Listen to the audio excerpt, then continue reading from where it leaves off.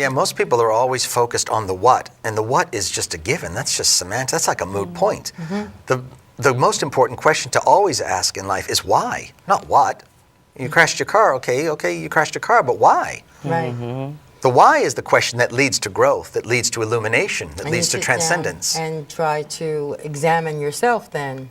Yeah. See why you brought this upon yourself. Yeah, the why is always directed at self, not directed at God or brother or spouse or friend. It's why did I create that? What is it teaching me? What is it asking of me? And how is it asking me to change, grow, shift, transcend, whatever?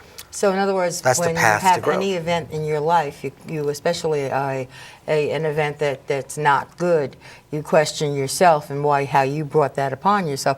Well, anything that's good too. I mean, if something beautiful happens to you, exactly, you know, and you feel and you say, well, gee, I must be doing something right, right? But even the things that you call the not so comfortable ones, I mean, the self-inquiry should never be done with guilt or shame or self-blame. Because that's a very dangerous trap that people fall into, and that only leads to despair, hopelessness, self-condemnation, and total self-annihilation. It has to be done very, very objectively, and you have to look at yourself with the same love, acceptance, forgiveness, compassion that we strive to express toward others. Because many people have difficulty expressing those divine qualities to other people and never even come close to having them for themselves. But it's really both. And then some people can finally train themselves to have compassion and mercy and forgiveness for others, but they're so critical on themselves. They just condemn themselves constantly, because that's the programming that went in from the critical parent, the critical teacher, the critical lover, the critical friend, the peer group. So that's the programming that has to be erased. We have to hold ourselves with tremendous compassion and acceptance and forgiveness. And hold ourselves in a little bit higher esteem to not allow the other people that are outside of us to bring these attitudes about ourselves into ourselves.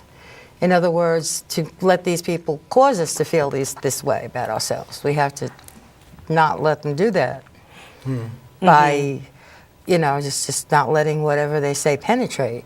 Yeah. Well, it's also important, I say, that to go even a step further and say that nobody has the power to cause me to feel anyway, because we're all sovereign beings, Psychology says that emotions are pattern behavioral responses to stimuli, but I disagree with that vehemently. So do I. Emotions are free will choices. That is full self-empowerment. So you don't have the power to make me angry. You can insult me. You can insult me now on television, but that doesn't give you a power to make me angry. I can choose to love you, forgive you, judge you, have compassion for you. That's my choice. Now, I understand where you're coming from in saying it, that there are certain patterns that are in place, emotional patterns, but the pattern doesn't create the emotion. The emotion is what we attach to the behavioral pattern. But that was our choice. Because we're able to control our emotions and how we feel about certain people, places, things, whatever happens. Absolutely. The same way we do with little children. If you see and not everyone has that patience with little children, but a lot of people do. Why is it they'll tolerate things with little children, but they won't tolerate it with an adult? The same act.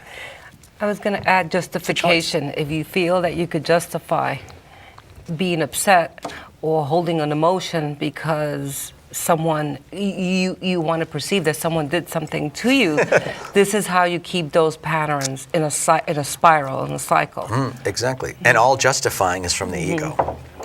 If you think of the word justify, ify is the act of building, of making something, and just is right. So to make oneself right, that's all the ego. It's only the ego that has to make oneself right. The ego always has to win and always has to be right, at any cost, including its own host. The ego would happily destroy its own host just to be right and win the point. Where the soul simply luxuriates in the isness of being love. The soul doesn't have to be right. Do you ever hear that old expression, would you want to be right or do you want to be happy? I mean, that's a very popular one, and it's just so perfect. Ego has to be right. So justifying is the act of making oneself feel right, which is just ego. Anyone who's justifying is not in their heart, not in their soul, modus operandi. You mean like justifying an act of some sort, or justifying something that's done to you? Yeah, the way you described it was beautiful, In either case, if you feel you have to justify something and it's coming from a place of non-love, as the Prananda says, from a place of detachment or non-love, then it's a choice to remain in a place of separation or justification, to say that now you can be angry, now you could be upset, now you could be resentful because so-and-so you did can such and justify such. that Yeah. you made me feel this way, or your actions make me feel this way. I give people a really powerful tool to just cure that whole game of projection, and I ask people just to use a mirror. Every time you have one of those you statements, look what you did, or you made me feel this, or you caused this, I say, just turn from the person and now say it into the mirror, because that's really where it belongs. All right, well, for instance, supposing there's somebody that you were close to and that person went around and told some lies about you. And now you're feeling like a victim at that point because that person gossiped or they said something mean about you, and you're not exactly thrilled with the idea of having that done. So then you feel negative thoughts toward that person, correct? And now what are you saying we should do? Well, we go back to the only single question that exists. Well, the first place to go is thank you, because everything is a gift. So the first place is thank you. The second place is the why, the big question, the self-inquiry. Why did I create that? Why did I create this person lying about me? I ask people to look at every single circumstance as an opportunity for growth and expansion. Because everything in our life happens to us solely for the purpose of our God realization. There are 7 billion people on the planet, but there's really only one person, you. Or for me, in my life, there's only one person on the planet, me, and there are 7 billion aspects of me, outpictured aspects of me. So everyone is constantly reflecting parts of me, teaching me about me, acknowledging parts about me, vocalizing parts about me. So when you go to the why did I create it? What is it teaching me, showing me, asking me? The first and easiest place to look is direct reflection. If someone's mean to me, is it asking me to look at how, when, and where I behave that way? That's the first place to look, is direct reflection. But everything's not direct. Sometimes, like if let's say someone you used lied or gossiped about you, the first place is direct reflection. Have I lied or lied to anyone recently or gossiped about anyone? Then I look there and say, oh, wow, thank you. I'm going to clean that up because I know I have done that recently. So there's a thank you, because everything is a gift. But what if you haven't? If you haven't, that's beautiful. This is how the process works. Then you say, okay, I don't have that pattern in my life right now. So, but if this wasn't sending me a message, it'd be happening to someone else, not to me. The fact that it happened to me is telling me something. So I'll send you another obvious one to look at is, perhaps this is an invitation for me to develop a greater level of forgiveness or compassion. A loving detachment. Okay. Now, if you're developing that level of forgiveness, that doesn't mean, though, that you have to continue a relationship with that person. No, absolutely not. Because you do not want to give that person the opportunity to do the same thing again. Well, yes and no. It's a two-part thing, too.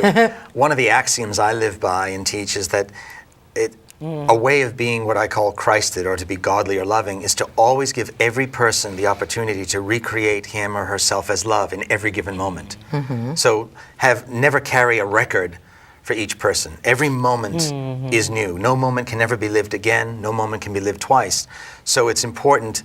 Unconditional love means that you don't carry a track record with me. What you did yesterday is irrelevant, because if I'm carrying a judgment or an expectation or some energy about who you were yesterday, how do I know how you're going to walk in that door today? What if you just had the epiphany of all epiphanies and you walk in totally Christed, and I'm thinking, oh, here she comes. Yeah, that lady who just made a fool of me on our show last week. And there you are, and I don't know that what just happened to you out there. You might have had an encounter with Jesus out there in the hallway, and I'm judging you walking in the door. It's condemnation. Unconditional love means no conditions. Right. So you give everyone the moment to recreate themselves as love. But your point is also valid. Does that mean we just continue and let people walk on us? No, because God wants us to have self-love and self-dignity too. Right. So you do give the person the opportunity to recreate him or herself as love. And you do practice forgiveness, even if the person lies or gossips about you 1,000 times. But also, it's important to have enough self-love that if that pattern remains in place, I mean, God doesn't want you to be a doormat either. Right. You need to surround yourself with people who source and feed and nourish your soul.